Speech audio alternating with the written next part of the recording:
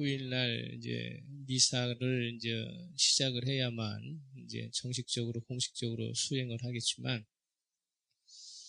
그분의 메시지 곳곳마다 교회는 가난해져야 한다라고 하는 메시지예요. 교회는 가난해져야 한다. 하나님 앞에 예수 그리스도 앞에 비천한 자로 돌아가야 한다라고 하는 메시지이기 때문에 그분의 행보가 상당한 영향력을 끼칠 것이며 우리나라의 개신교는 상당히 지금 위기 사항에 몰려왔어요. 이제 그런 부분들 가운데서 저희들이 그들로부터 종교개혁을 이루어가지고 지금 500년이 가까이 온 시점에서 우리의 신앙을 한번 되돌아볼 수 있는 그런 계기가 되어야 되겠다. 저는 영적으로 바짝 긴장하게 되거든요. 영적으로 바짝 긴장하게 되는 것입니다. 그래서 저와 여러분이 모두가 이분의 행보에 대한 것들을 면밀히 검토하면서 오늘 부자인 교회인 우리 한국교회가 어떻게 하나님 앞에 다시금 설 것인가를 고민해야 할 때가 아닌가 생각합니다. 지금 계속되는 우리가 좀 반복되는 말씀을 좀 계속 가지고 있죠. 요한복음에 저술된 최초의 또 최고의 목적은 7개 표적 사건을 통해서 하나님의 아들이 누구다. 예수는 하나님의 아들이시다. 그리스도이심을 증명해내는 것이고 또 하나님의 아들이신 예수 그리스도를 믿는 우리에게 무슨 것을 주려고?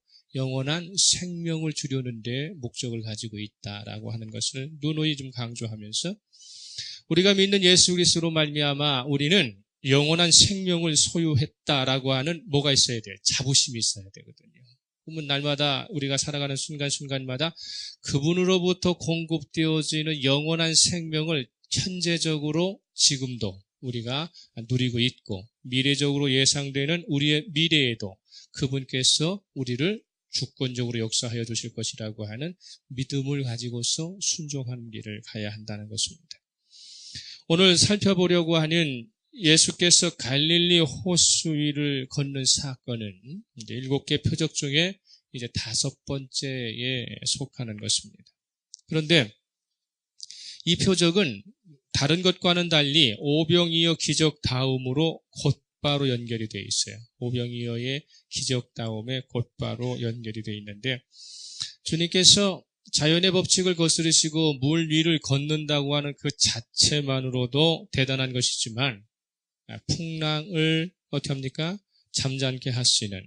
그래서 제자들이 거센 바람과 풍랑에 그가 타고 있는 배가 좌초될 위기에 있고 위태로울 때에 자연마저 주권적으로 통치하심으로써 창조주의 능력과 권세가 그분에게 있는 것이다라고 하는 것을 요한은 보여주고자 하는 것입니다. 이 사도 요한은 오병이어 사건과 이 물 위로 주님께서 걸어오시는 사건을 연결하고 있어요.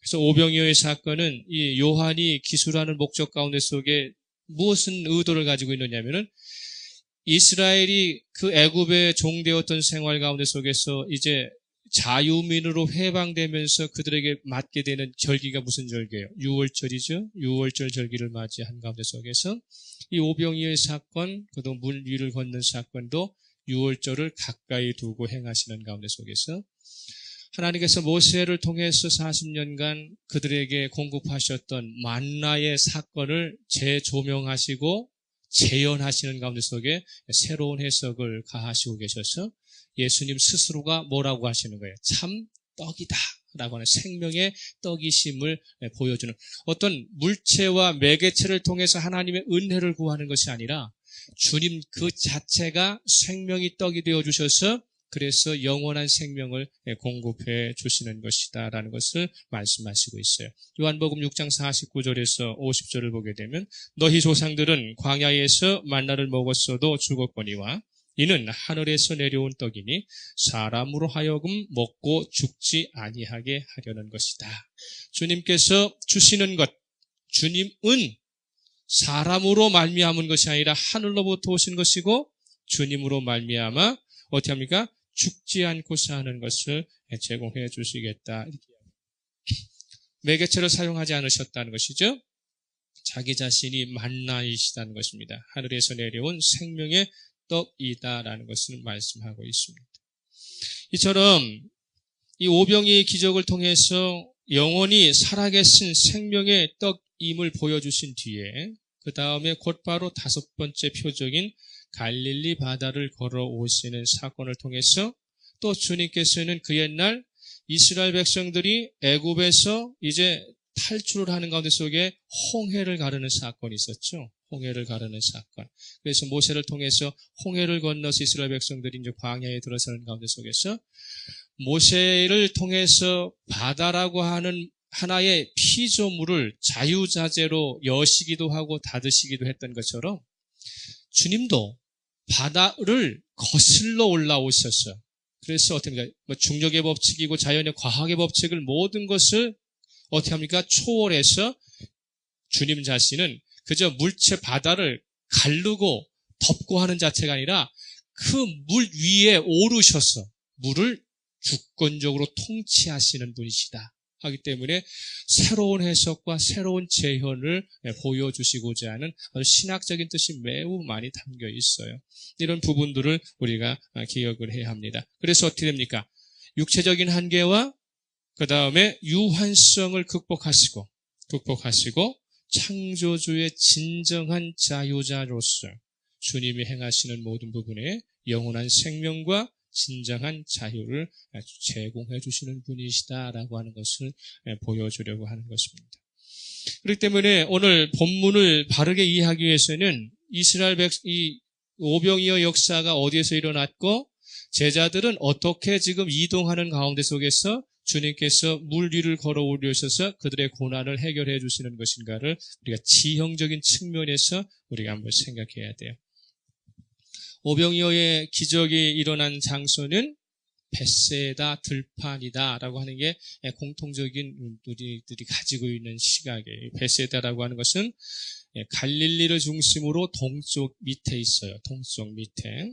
그래서 갈릴리 호수를 중심으로 동쪽에 있고 그 다음에 주님께서 여기서 말씀하시는 것처럼 건너편으로 보내시는 반대편으로 보내시는 그쪽은 베세다에서 볼 때는 서쪽으로 가버나움 아니면은 게네사렛이라고 하는 지명이 있어요. 그러니까 동쪽 이 갈릴리 호수 동쪽에서 오병이어의 기적을 일으키신 후에 주님께서는 그곳에 조그만 산에 따로 올라가서 기도하시고 제자들은 어떻게 건너편으로 보내시는데 어디로 보내시고 있느냐 보면 마태복음에서는 게네사렛에 도착했다고 얘기하고 있고 그리고 우리 본문 요한복음에서는 어디로 가고자 했다는 거예요? 가버나움으로 가고자 했다. 6장 17절에 보면 그렇게 되어 있죠. 배를 타고 바다를 건너 가버나움으로 가는데 이렇게 되어 있었어요. 그런데 우리가 흔히 이야기하는 것처럼 갈릴리 호수라고 하는 것은요. 남에서 북쪽이 길어요. 북쪽에서 남이, 그래서 북쪽에서 남쪽, 남북이 긴데 요 길이가 20km 정도 돼요. 20km. 숫자적으로 자꾸 계산을 하셔야 돼요. 20km 정도 되고 동쪽에서 서쪽까지는 깊은 곳에서 이 폭이 넓은 가장 넓은 곳이 12km 정도 돼요. 그러면 갈릴리가 남북으로는 몇 킬로? 20km. 그 다음에 폭으로는 12km 정도 되고 그리고 나서 요새 이제 유행하는 자전거 하이킹 도로가 갈릴리 호수 해변으로 이렇게 개설이 돼 있어요. 그 갈릴리 호수의 이 하이킹 자전거로 하이킹을 하는데 요 거리가 55km예요. 그 숫자적인 개념을 잘 생각을 좀 해 놓으셔야 되겠어요. 요한복음에서는 가버나움이라고 이야기하고 있고 마태복음에서는 게네사렛이라고 얘기하고 있는데 가버나움보다는 게네사렛이 밑에 있어요. 밑에 그 부분들을 이렇게 이제 생각을 하고 설교를 들어야 합니다. 이 갈릴리 호수는 그러한 가운데 속에서 남북 20km, 동서 12km, 그리고 수심은 한 50m, 가장 깊은 게 한 50m 되고요. 그런 가운데 속에 지중해 해수면보다는 200m 밑에 있어요. 우리가 잘 알고 있는 죽음의 바다 사해는 지중해 해수면보다는 400m 밑이 있고요. 400m 있고요. 그런 가운데 속에 사해는 이 갈릴리 호수보다는 2배 정도 커요. 그렇게 우리가 이제 생각을 하면서 들어야 돼요. 성경의 이 지형적인 이야기 또 이런 것들을 자꾸 이야기를 하는 것이 뭐냐면 여러분과 제가 이 설교를 듣는 가운데 속에 1세기의 이 성경의 1차적 독자들이 가지고 있는 배경을 알지 못하잖아요. 그리고 그들이 가지고 있는 생활 풍습을 알지 못하기 때문에 그것을 자꾸 들음으로 인해서 어떻게 합니까? 21세기를 살고 있는 우리 시대와 그의 시대가 어떻게 다를 것이고 어떻게 적용할 것인가를 잘 생각해내야만이 진정한 설교의 의미를 깨달을 수 있습니다. 베세다 들판에서 오병이어의 기적을 체험한 사람들, 이 부분들을 분위기를 생각을 해야 돼요. 여러분 이미지를 생각해야 돼요. 막 분위기가 어떻겠어요? 지금 부족했고 배고팠던 것이 채워지니까 그 사람들은 지금 마음이 어떻게 되겠어요? 등 따시고 배부르면 어떠다 그래요? 예? 잠이 오기도 하겠지만 나태해지고 어떻게 합니까? 딴 생각하게 된다는 것이죠. 배고플 때는 딴 생각 안 해. 배고플 때는 어떻게 해? 배 채우려고 노력을 하는데 배가 채워지면 사람들은 어떻게 해요? 딴 생각하게 돼 있다 그 말이에요. 그런 부분들을 여러분 잘 아는 가운데 속에서 지금 베세다라고 하는 들판에서 가고자 하는 가버나움까지는 8km예요. 수평선으로. 바닷길로 8km. 그리고 이 베세다에서 게네사렛까지 만약 간다면 12km예요. 12km.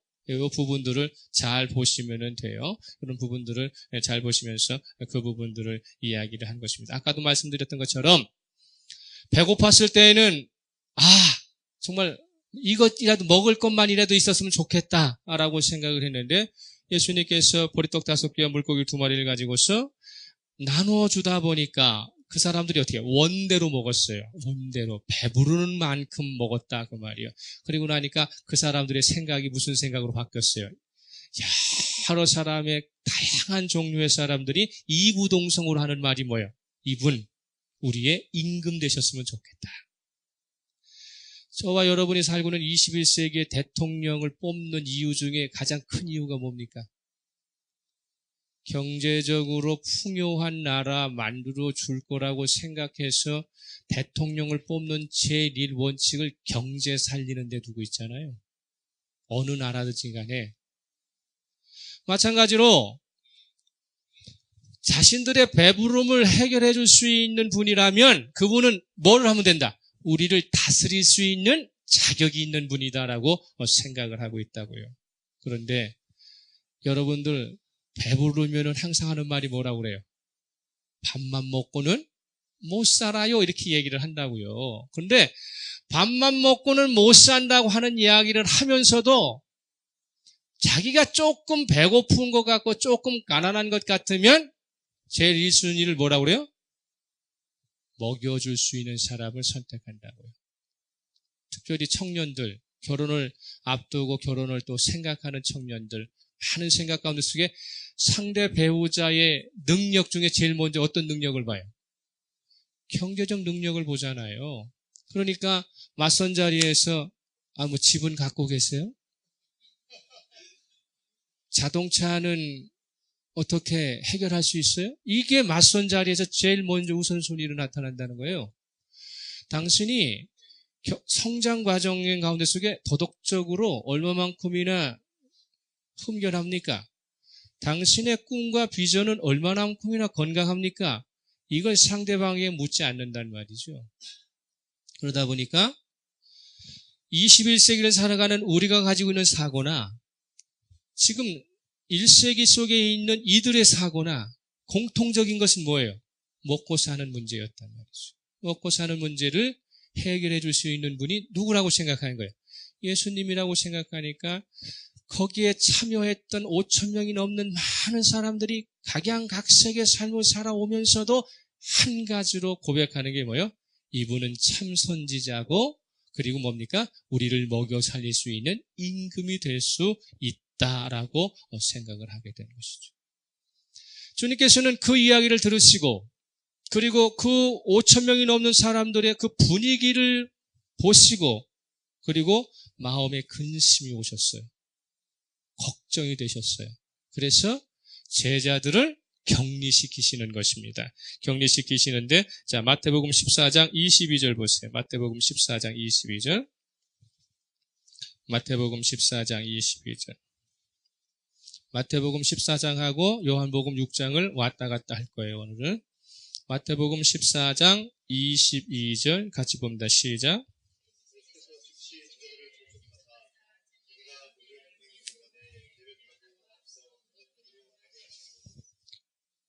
분위기를 보고 이 제자들이 지금 막 하는 행동 거지를 보니까 마음에 뭐가 들어오셨어요? 근심이 들어왔어요. 근데 지금 제자들이나 5,000명이 넘는 사람들이 다 이구동성으로 예수님 칭찬하고 있잖아요. 그죠? 예수님 임금 삼아야 합니다. 예수님이 우리의 희망입니다. 라고 하는 그런 가운데 속에 속된 말로 연호하는 거 아니에요? 예수님 하고 연호를 하고 있는 가운데 속에 14장 22절을 보면 즉시라는 말하고 재촉이라는 말이 있어요. 그들의 분위기를 판단하시는 가운데 속에 제일 먼저 결정하신 것은 즉시, 이걸 고민하지 않으셨다는 거예요. 고민하지 않으시고 제자들을 재촉해가지고 반대편으로 건너가라 라고 명령을 하시게 되는 거예요. 우리들이 칭찬받는 자리, 영광받는 자리, 인정받는 자리, 사람들로부터 연호하는 자리에서 더 영광을 누리고 더 인기를 누리려고 해야 되는데 주님께서는 즉시 재촉해서 제자들을 건너편으로 건너가라 말씀하시는데 말을 한번 잘 보면요. 22절에 보면은 뭐라고 얘기하느냐면 자기가 무리를 보내는 동안에 배를 타고 앞서 건너편으로 가라 하는 말이에요. 그러니까 떨어졌던 빵들을 다 어떻게 해요? 수거를 한 뒤에 사람들을 어떻게 질서 있게 보내고 안내해야 될 사람들은 12명의 제자고 그리고 그 위에 다른 제자들인데 그거 하지 말어. 이 말은 뭐예요? 내가 무리를 보낼 거야 라는 말은 너희들은 군중 편에 끼어 있으면 안 돼.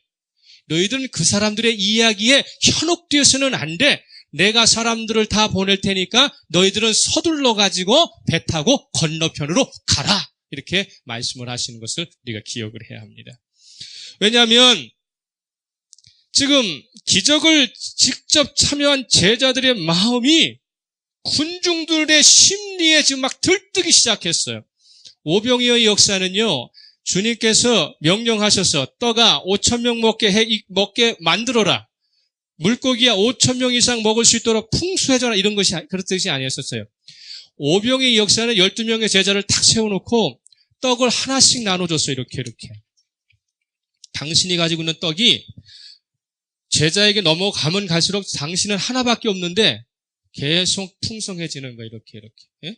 그러니까 제자들이 줄을 싹 서 있다가 주님 떡을 계속 당신의 손으로 주실 때 받아가지고 가고 하니까 얼마나 바쁘게 왔다 갔다 했겠어요.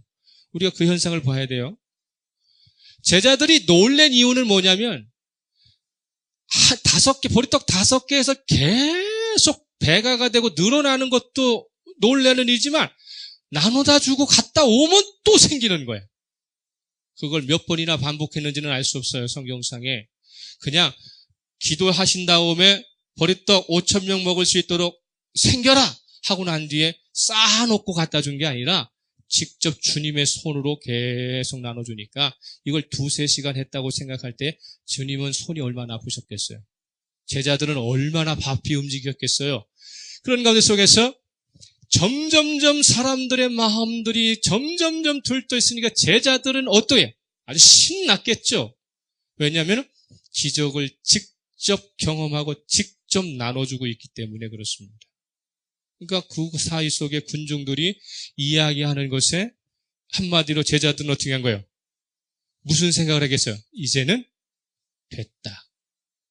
사람들의 민심이 돌아온다면 지금 2년이 지나는 가운데 속에서 당국자들의 비판이 있고 당국자들의 핍박이 있고 고난이 있다 할지라도 민심이 우리에게 돌아온다면 그렇다면 무언가 할 수 있다라고 하는 마음이 막 이게 들어왔겠지 않겠어요? 그러니까 부활해동이 돼가지고 주님이 지금 의도하시는 방향으로 제자들이 지금 따라가고 있는 것이 아니라 지금 어떻게 몸은 주님의 의도하시는 대로 움직이고 있는데 마음은 뭐요? 딴 생각을 하고 있는 것이죠. 예? 이 부분들을 갖고 있습니다. 그런 가운데 속에서 남은 음식을 수거하면서 이 군중들을 나눠주고 난 다음에 다 먹은 남은 음식을 수거하면서 다시 군중들 틈에 끼웠겠죠. 12방주리가 남았으니까 군중들을 키웠을 때는 나눠줄 때와 수거하는 과정 속에서 군중들의 심리는 점점 고조되어 가고 있는 거예요. 그러니까 제자들도 자신들이 직접 기적에 참여했고 나눠주는 과정과 거둬들이는 과정 속에 자꾸 무언가 채워지는 것이 있었단 말이에요. 막 붕 뜬 거예요. 응? 그런 부분들이죠. 그런 가운데 속에 시간을 우리가 흐름을 봐야 돼요. 시간 흐름을. 자, 시간적 흐름을 보는 게 매우 중요합니다. 이제 마태복음 14장 15절 보세요. 마태복음 14장 15절. 마태복음 14장 15절. 시작.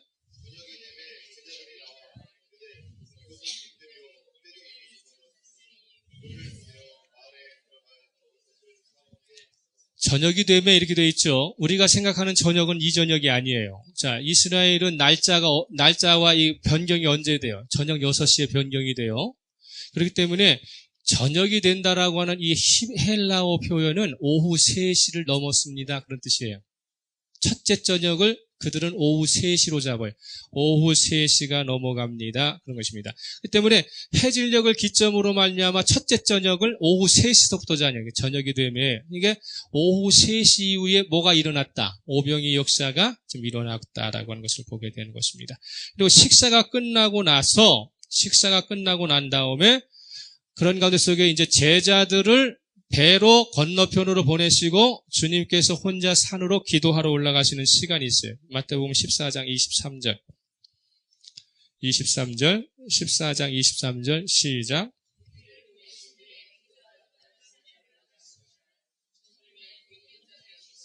여기서 저물다라는 말, 저녁이 된다, 그 다음에 시간적으로 어떻게 됐어요? 저물다. 그죠? 저물어졌다. 이 저물다라고 하는 말은 저녁 9시 이후를 얘기해요. 9시 이후에. 그러니까 오후 3시서부터 떡을 나누어줘서 먹고 처리하고 하는 시간 몇 속에 오후 3시부터 저녁 9시까지 몇 시간이 걸렸다는 거예요? 6시간 이상이 걸렸다고 하는 거예요. 그리고 나니까 자, 제자들도 지쳤을 것이고 사실은 주님도 지쳤을 시간이죠. 왜냐하면 제자들은 군중 속을 왔다 갔다 하면서 나눠줬기 때문에 그런 가운데 속에서 이제 보내요. 저녁 9시가 훨씬 넘어간 사이에 끝났어요. 제가 볼 때 한 10시 정도 된 것 같아요. 그런 가운데 속에 주님도 이제 제자들을 보내시고 당신은 산으로 올라가시고 제자들은 뭐를 타고? 배를 타고 가버나움으로 좀 가려고 그런 부분들입니다. 그런 가운데 속에서 이 배는 주님이 타고 다니셨던 배는 12명에서 15명 정도밖에 탈 수 없는 아주 조그만 소형 배예요. 그리고 그 배는 반드시 수동식이었겠죠. 1세기니까. 모터가 없었으니까 뭐겠어요? 노를 저어야 가는 배, 노를 저어서 가는 배들입니다. 그런데 그런 가운데 속에서 이제 24절 보세요. 14장 24절 시작.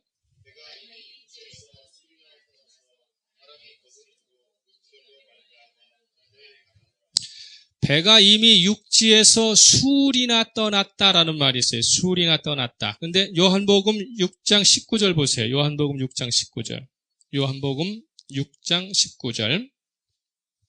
요한복음 6장 19절 시작.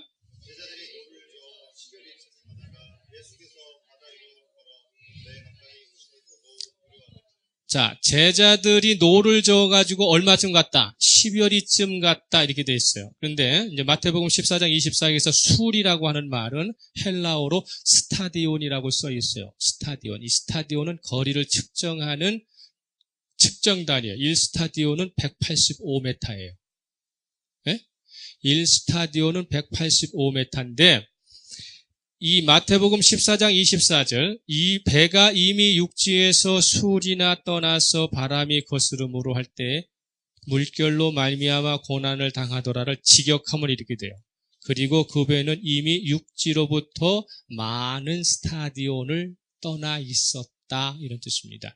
그러면 요한복음에서는 10열이라고 이야기하고 있고 마태복음에서는 많은 스타디온이니까 아마 제자들의 배는 4km에서 이짝저짝 움직였다라는 이야기예요.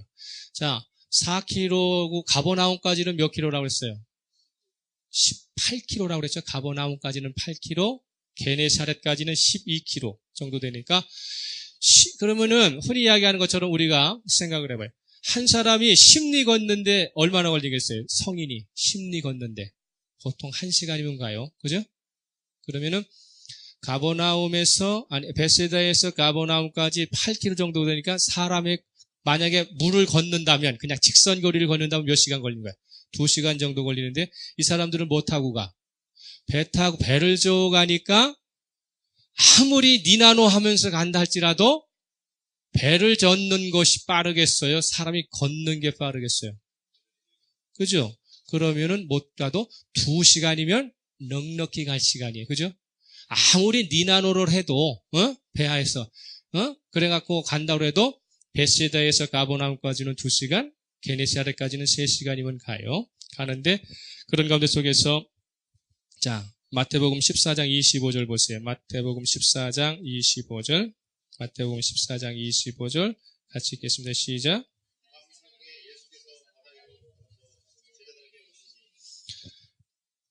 10시에 출발을 했다고 치자 이 말이에요. 10시에.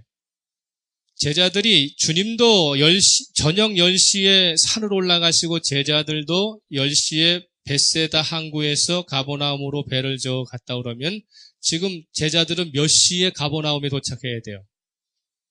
12시 자정에 도착해야 되죠? 에? 그런데 지금 중간 지점밖에 못 갔어. 그죠? 중간 지점까지 못 갔는데 지금 25절에 밤 사경에 이렇게 돼 있죠? 이 사경이라고 할 때에 경이라고 하는 말은 헬라어로 보초소다, 당직서다 그런 뜻이에요. 그렇기 때문에 사경이라고 하는 것은 로마식 시계로 로마의 군인이 저녁이 되면 보초를 서. 그러면은 저녁 6시부터 그 다음날 아침 6시까지가 몇 시예요? 12시간이죠. 그래서 12시간을 4로 나누어서 보초를 쓴다 그 말이에요. 4로 나누어서. 그렇기 때문에 일경보초는 몇 시부터 몇 시까지 보초예요? 네. 저녁 6시서부터 저녁 9시까지가 1경보초야. 2경보초는 저녁 9시서부터 자정까지가 2경보초예요. 3경보초는 자정부터 새벽 3시까지가 3경보초예요. 밤 4경에라고 하는 말을 했으니까 지금 제자들은 새벽 3시 이후에도 지금 도착하지 못하고 어디에 있다? 갈릴리 호수 중간에 가버나움에서 베세다에 가는 거리 중간에 지금서 곤란을 당하고 있다 그런 뜻이에요. 그러니까 노를 저었는데 몇 시간 이상 저었다는 거예요. 최소한 10시서부터 시작하면 5시간 이상 배를 저었는데도 가고 있지 못하다라는 것을 여러분에게 기억을 해야 됩니다. 중간 지점을 가고 있는데 갑자기 거센 바람이 일어났어요. 풍랑이 배를 역습해 왔습니다. 바람이 불고 풍랑이 불면 배가 진행하는 방향 속에 돌겠죠.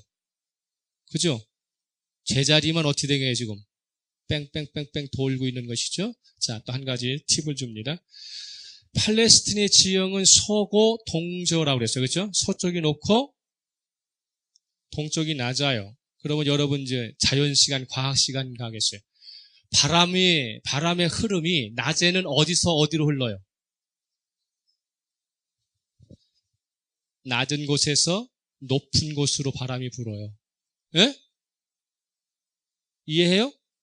그래서 낮에 해변을 가는 거예요. 어디서 불어오는 바람으로? 바다에서 불어오는 바람이 육지로 향하기 때문에 사람들이 가서 해변에 가서 노는 거지요. 그런데 밤에는 어떻게 돼요? 기류가 바뀌어가지고 육지에서 바다로 불러요. 저 높은 곳에서 낮은 곳으로 흐르게 돼 있다고요. 그러니까 제자들은 지금 바람을 지금 어떻게 맞고 가고 있어요?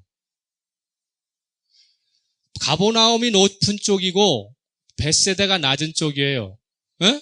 지금 역풍, 돌풍을 받고 있어요. 맞바람을 받고 있다는 걸 보셔야 돼요. 그러면은 바람이 이렇게 불고 있는데 배는 이렇게 가. 그럼 배가 어떻게 되겠어?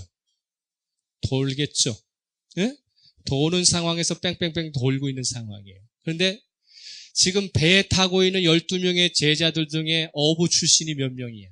여러분이 알고 있는 사람들만. 그냥 재봐봐요.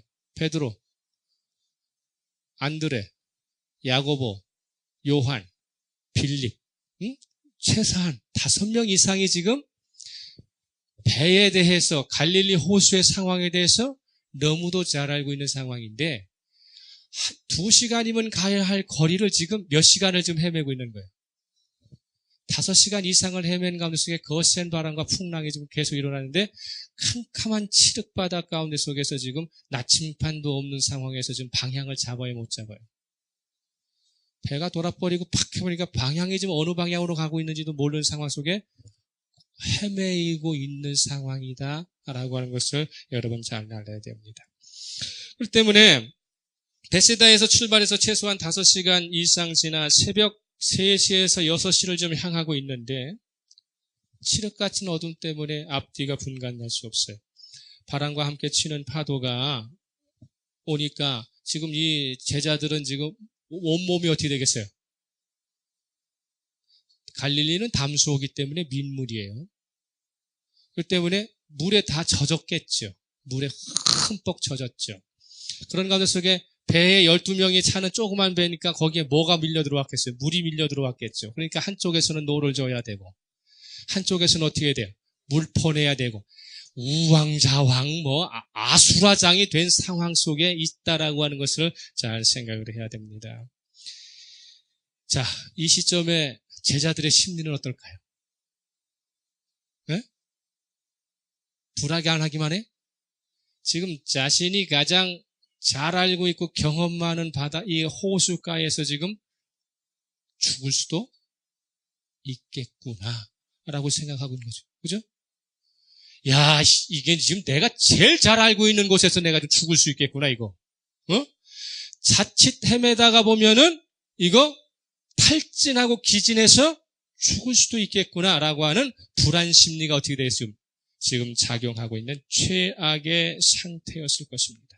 자, 불과 수시간 전에는 지금 이들의 가슴 속에는 뭐가 들어와 있었어요? 오병이의 기적의 사건 때문에 부푼 가슴에 미래에 대한 생각, 이제는 예루살렘으로만 가시면, 예수님 임금 되시면, 예수님께서 이 시대의 통치자만 되시면, 우리는 이제 불행껏 행복이 시작되고 먹고 사는 의식주의 문제는 이제 해결된다 라고 하는 많은 생각들이 있었는데 수시간 동안 지금 자신이 제일 잘 알고 있는 호숫가에서 이상한 거센 풍랑을 만나가지고 온 몸이 젖어갖고 지금 저체온으로 좀 체온이 뚝뚝 떨어지고 있어요. 그죠? 몸도 기온도 뚝뚝 떨어져가지고 행동도 제대로 못하는 새벽녘에 그들의 머릿속에는 무슨 생각만 나는 거예요? 임금이고 자시고, 예? 자시고 뭐만 생명이라도 건져야 되겠다라고 하는 절급함과 긴박함이 지금 제자들 가운데 분위기 속에 차지하게 되는 거예요. 그러면 지금 죽음의 현장이 좀 가까이 오는데 동료가 보여야 안 보여요? 서로가 위로할 수 있고, 자, 힘내자, 한번 해보자 라는 힘보다는 뭐겠어요? 본심이 나오는 거죠. 그죠? 저놈, 어떻게 하다 보면 내가 쟤보다 먼저 죽을 수도 있을지도 몰라. 만약에 내가 풍랑이고 거센 바람 부는 이 조그만 배에서 추락이라도 하면 누가 손잡아서 나를 건져줄까? 그런 가운데 속에서 동료애 그리고 함께 한다고 하는 동반자 개념이 아니라 어떻게 해서라도 나는 살아야겠다라고 하는 인간의 이기와 본심의 마음들로 점철되어 가고 있어요. 그런데 그 순간 그런 고통과 환난 속에 풍랑을 맞고 있는 상황에 12명의 제자 중에 단 한 사람도 예수님 생각하는 사람 없어요. 수제자 베드로라든지 이 복음서를 쓰고 있는 사도 요한이 예수님이 계시면 이 문제 해결할 수 있는데, 오병이의 역사가 나타났던 것처럼 가버나움에 병든 왕의 아들이 고쳐진 것처럼, 가나 혼인잔치에 없었던 포도주가 생성된 것처럼 예수님만 우리와 함께 계시다면 이 문제 해결될 텐데, 우리 예수님 부르자, 예수님을 생각하자, 예수님이 우리 곁에 계시지 않니? 라고 동료에게 누구 하나 말하지 못하고 지금 다 허겁지겁 자기 목숨 살려고 지금 허겁지겁 하는 가운데 속에, 노는 노대로 가고 지금 물은 물대로 가고 온몸이 흠통거진 가운데 속에 제자들의 이중은 아수라장이 되어 있는 상황이라는 그 말이에요. 물 위를 걷는 예수님의 사건을 우리가 맞이하기 전에 우리들의 상황들을 한번 보자는 것이죠. 신앙이라고 하는 것이 좋을 때만 좋은 것입니까? 기쁠 때만 기쁜 것입니까? 서로 잘 살 때만 신앙이냐 그 말이에요. 같은 배를 타고 가고 있고 같은 곳을 지향하고 있고 같이 마가복음 이 가버나움이라고 하는 곳을 지향하고 있는데 동료회는 전혀 없어요. 나만 편하면 돼요. 나만 살면 돼. 나만 부자 되면 돼. 이게 오늘 한국의 교회예요. 이게 오늘 참되고 새로운 교회의 현실이에요. 우리는 같은 배를 타고 가는 사람입니다. 같은 꿈을 꾸는 사람입니다. 하늘을 향하여 가는 우리는 믿음의 영적 순례자입니다라고 말하면서도 교회는 교회대로 자기 교회만 잘 되면 되는 것이고 자기 교회 교인만 성공하면 되고 부자 되는 것이기 때문에 이기적으로 기도하는 교회가 얼마나 많으며, 부자 된 교회가 가난한 교회를 어떻게 지금 치부하고 있는가를 한번 볼 때, 적은 무리가 모여있는 우리 이 상황 가운데 속에서 큰 교회를 이루기 전에, 큰 일을 감당하기 전에 오늘 우리는 얼마나 작지만 나에게 주어진 소명을 감당하고 있는가를 생각해야 한다는 것이죠. 누가 있으면 돼요? 예수님이 있으면 돼요. 이 배에 예수님 오시면 해결됩니다. 그런데 고난당하고 있는 제자들 중 어느 누구도 예수님의 이름을 부르지 않고 있어요. 그러면서 옛날을 기억하지 않습니다. 주님이 계시면 되는데, 주님이 오시면 되는데 왜 우리에게는 주님이 계시지 않는가? 주님을 부르지 않고 있어요. 교회는 예배는 많습니다. 강대상은 높아지고 있고 지성소라고 불리고 성소라고 불리는 가운데 속에서는 엄청난 화려하게 해놓고 오케스트라 만들어 놓고 성가대 만들어 놓고 목회자 가운에 박사라고 하는 가운 칠해놓고 목사가 화장하고, 네? 그리고 난 가운데 속에 원맨쇼를 해요.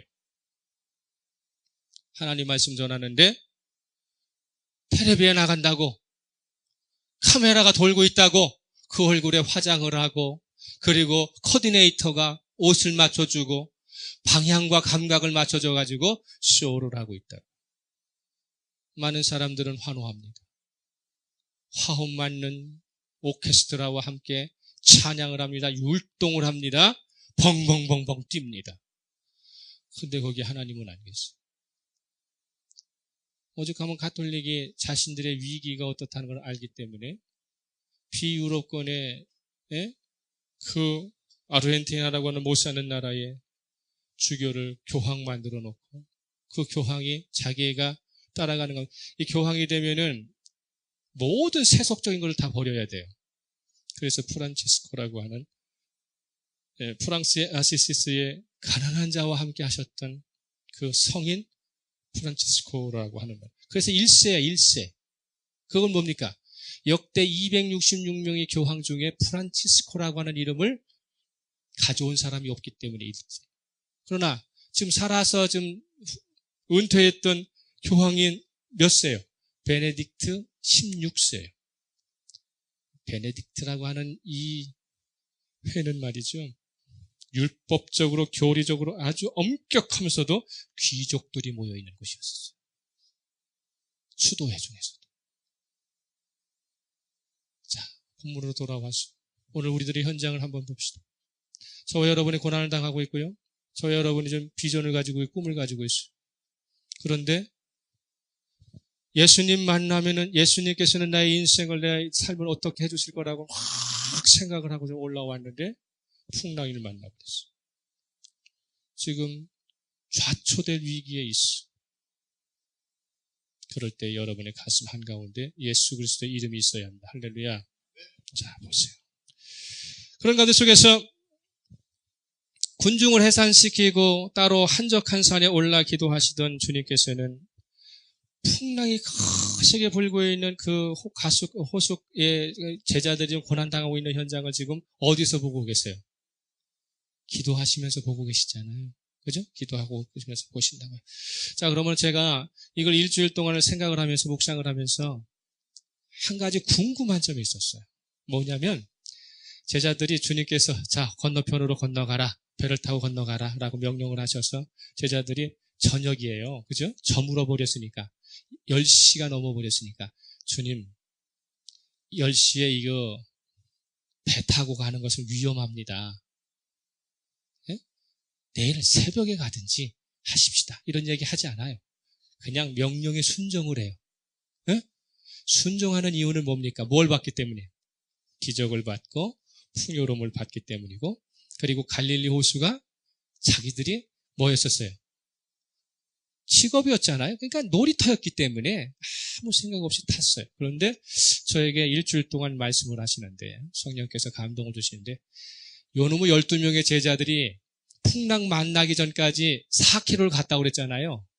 그 1시간이라고 치면 그 1시간 동안 뱃속에서 무슨 얘기했을까요? 한번 상상을 해보라고 성령이 나한테 자꾸 노크를 하시는 거예요.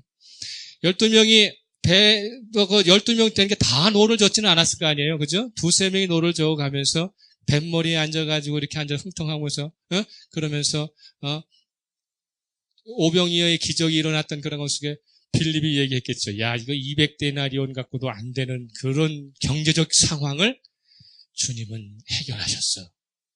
안드레는 또 거기서 또 얘기했겠죠. 맞아. 보리떡 5개 물고기 오병이어 나한테 어린아이가 갖고 왔을 때 내가 주님한테 이것은 있지만 이것 갖고는 부족합니다라고 얘기했겠다.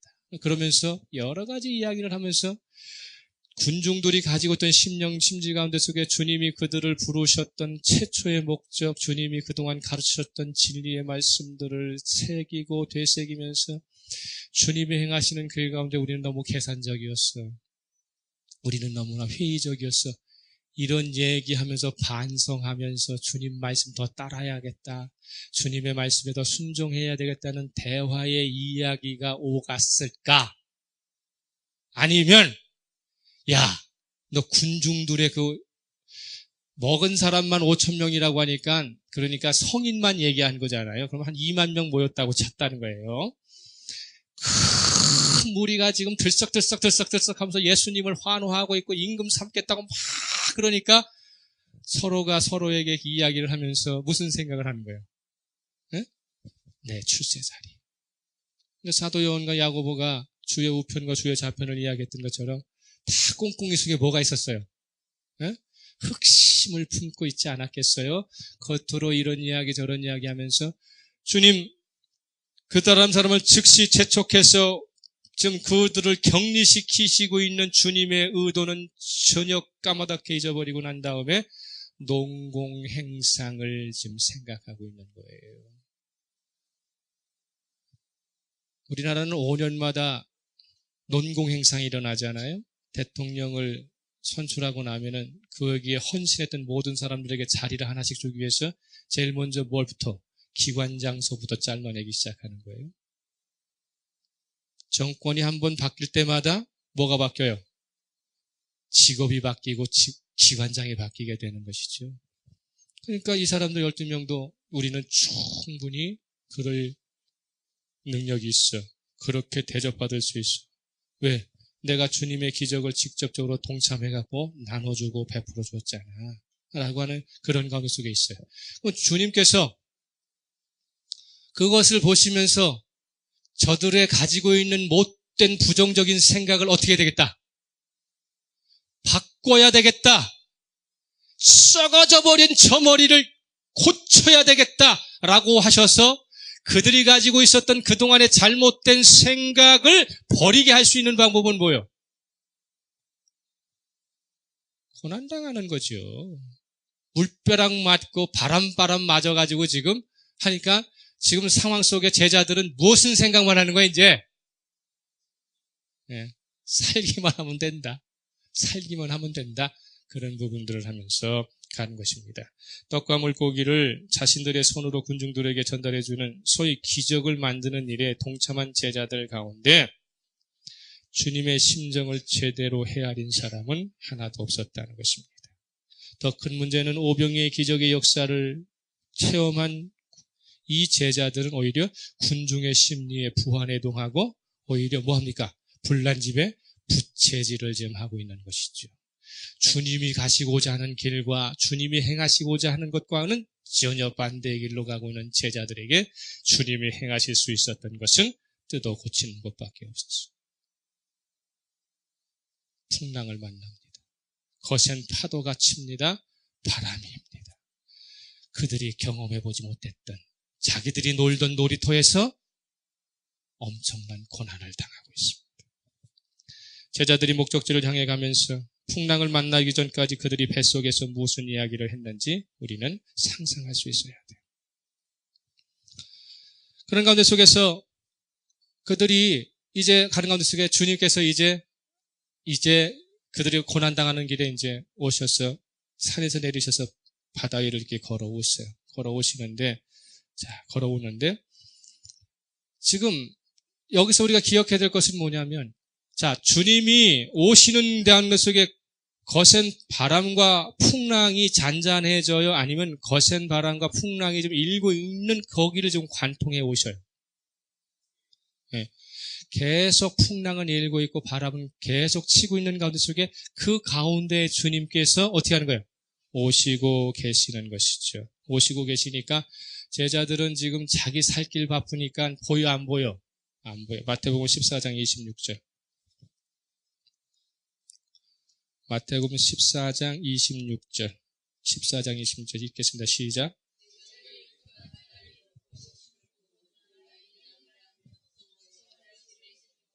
자, 주님도 제대로 분별할 수 없는 상태가 되어버렸어요. 제자들이 그가 바다 위로 걸어오심을 보고 반갑고 기쁜 것이 아니라 놀라버렸어요. 그리고 나서 뭐라고 이야기합니까? 유령이다. 이렇게 이야기를 하고 있어요. 그러면은 요한복음 6장에는 뭐라고 나왔을까요? 요한복음 6장에는. 요한복음 6장 19절 봅시다. 6장 19절 시작.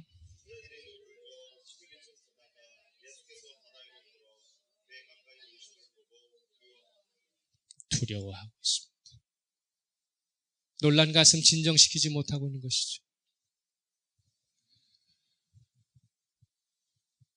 그런데 이들이 야중에 주님께서 올라오셔서 거센 바람과 풍랑을 잠잠케 합니다. 그죠? 잠잠케 해요. 그리고 그들의 입에서 나오는 말이 마태복음 14장 32절이에요. 마태복음 14장 32절 같이 읽습니다. 시작. 14장 32절. 14장 32절. 시작. 그죠? 그런 것은 오름에 바람이 함께 저기 한다. 그렇게 이야기하면서 33절에 보니까 비로소 고난이 풍랑이 거센 바람이 해결되고 나니까 그 다음에 고백하는 말이 있어요. 시작.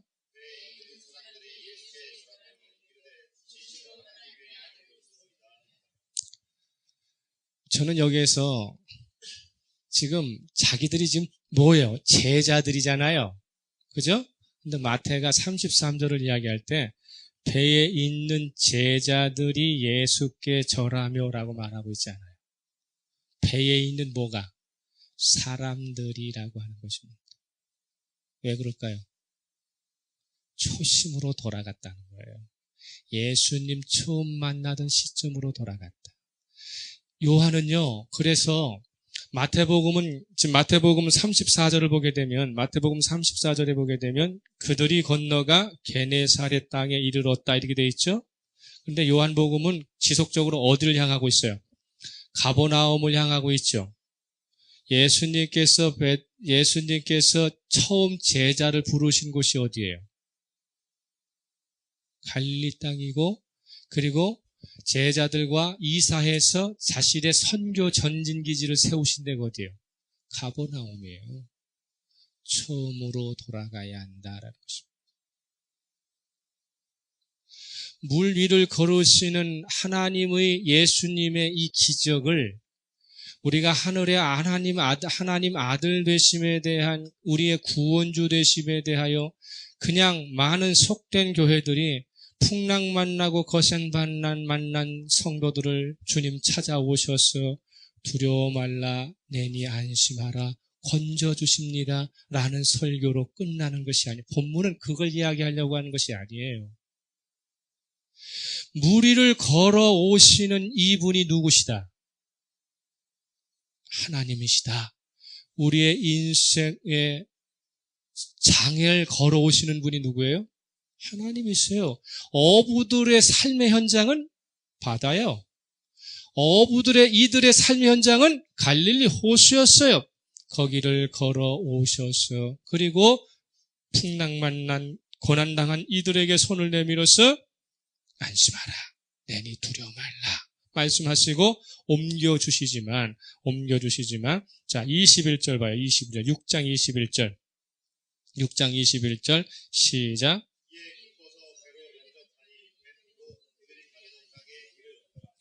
누가 타셔야만 돼요? 예수님 기쁨으로 영접해야만 가던 목적지를 제대로 갈 수 있습니다.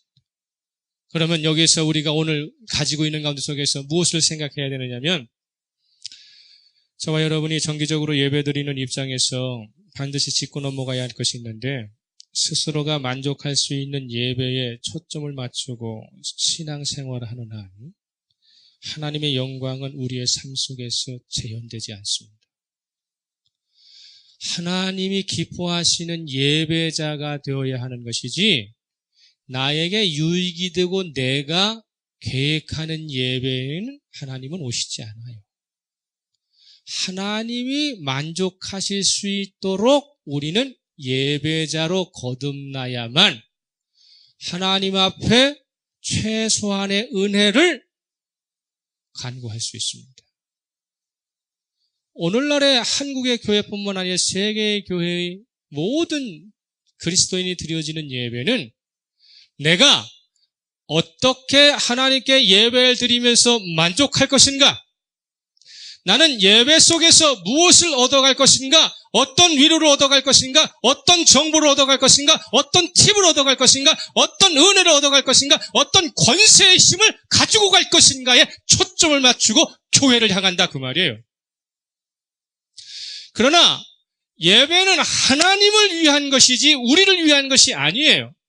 왜 예배에 하나님을 위해 하냐면 하나님께서 우리를 위하여 무엇을 베푸셨기 때문에 구원을 베풀어 주셨고 그리고 앞으로 미래에도 우리를 어떻게 구원으로 인도해 주실 그분이시기 때문에 교회는 날마다 모여서 하나님을 예배하는 가운데 속에 하나님이 기뻐하시도록 하나님이 만족하실 수 있도록 예배드리는 것이지 사람이 무엇을 가져가고 사람이 무엇을 얻어가고 사람이 거기서 즐거우냐 안 즐거우냐는 아무런 상관이 없는데 지금까지 드려온 우리 예배 가운데 속에 자신이 만족하기 위하여 자신이 은혜 받기 위하여 자신이 무언가 여기에서 정보를 얻기 위하여 지식을 쌓기 위해서 예배를 드렸다면 하나님은 거기에 임재해 계시지 않는다는 사실. 두 번째로는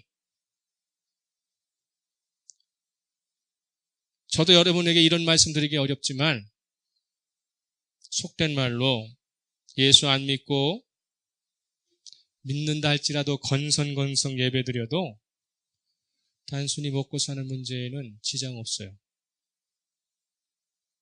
여러분이 예배 잘 드려야만 먹고 사는 것 아니에요. 예수 믿지 않는 사람도 이 세상에서는 떵떵거리고 살 수 있어요.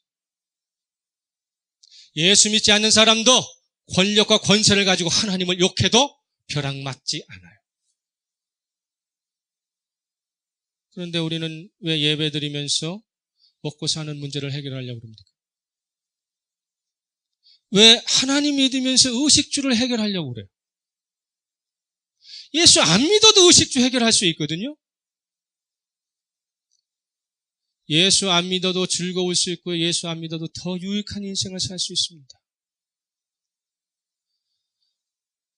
아우슈비츠라고 하는 소용소에서 유대인들이 이 독일로부터의 엄청난 고난과 순환을 당할 때에 다 하나님을 믿는 유대인이었지만 그 중에 하나님을 거부한 유대인들도 있어요. 그런데 같은 신앙 공간에서 먹을 것이 부족하니까 믿는 놈끼리 싸우더라는 거예요. 믿는 사람이 더 살려고 악착같이 먹더라는 거예요.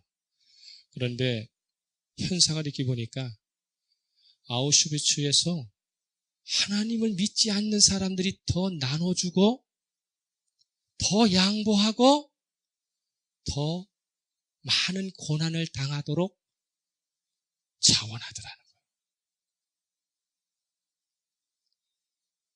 우리들이 깊이 생각해야 합니다. 처음으로 돌아가지 않으면 하나님 만난 그 원인이 무엇이고 하나님이 나를 왜 부르셨는가에 대한 처음으로부터 시작되지 않으면 중간에 다 탈락하고 중간에 다 탈선해서 그래서 기복의 종교, 하나님은 풍성해 주시는 분, 하나님은 이 세상을 성공시켜 주시는 분으로 착각하게 만든다는 것이죠. 그것은 선물이에요. 그것이 목적이 되어서는 안 된다는 것입니다. 어떤 청년이 부모의 유산 문제로 형제 간의 갈등이 깊어지니까 주님 찾아왔죠? 주님 찾아와서 이 문제 해결해 주세요. 이렇게 얘기했더니 주님께서 누가복음 12장 14, 15절에서 누가복음 12장 14, 15절에서 주님께서 그 형제에게 이야기 이르시되 이 사람아 누가 나를 너희의 재판장이나 물건 나누는 자로 세웠느냐 하시고 그들에게 이르시되 삼가 모든 탐심을 물리치라 사람의 생명이 그 소유에 넉넉한 데 있지 않다. 이렇게 말씀하시면서 거절하셨어요. 심지어 주님께서는 이스라엘의 서기관이라고 하는 존경받는 직업을 가지고 있는 그 사람이 예수님 만나고 예수님의 음성 듣고 나도 이분의 제자가 되고 싶다 하고 주님 어디로 가시든지 제가 따르겠습니다. 그렇게 이야기를 해요. 마태복음 8장 19절에서 20절이에요. 마태복음 8장 19절에서 20절. 한 서기관이 나와 예수께 아뢰되 선생님이여 어디든지 저는 따르리이다.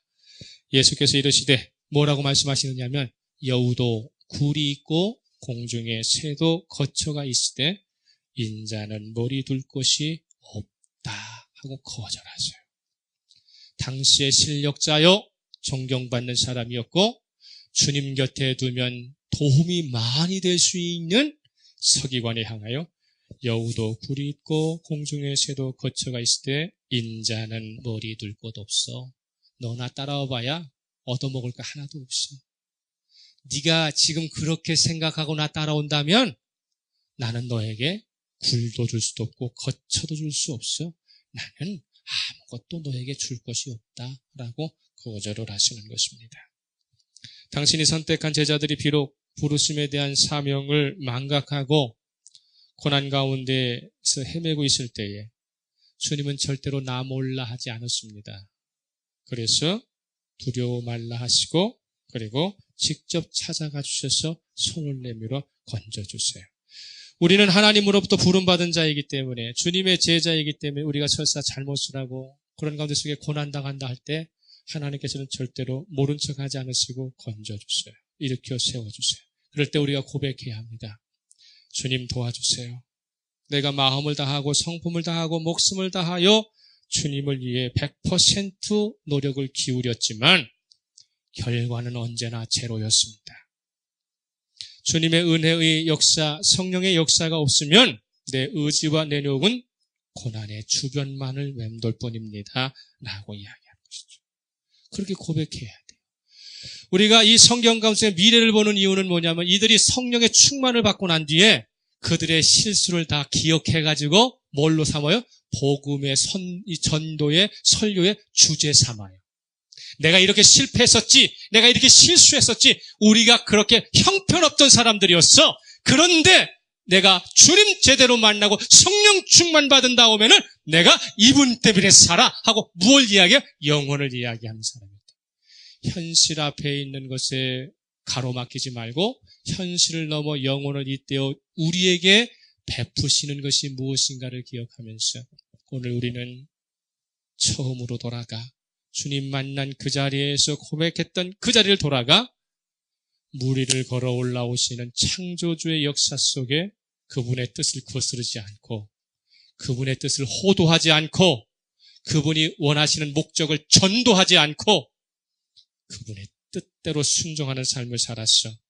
우주의 통치자이신 그분이 여러분의 가정의 곳곳에, 여러분의 인생의 곳곳에, 여러분의 자녀의 앞길에 이정표를 만들어주시고 영원한 것을 소유하시고 그것으로 기쁨을 얻는 저와 여러분 되시기를 예수 그리스도로 축복합니다. 다 같이 침묵으로 말씀을 생각합니다.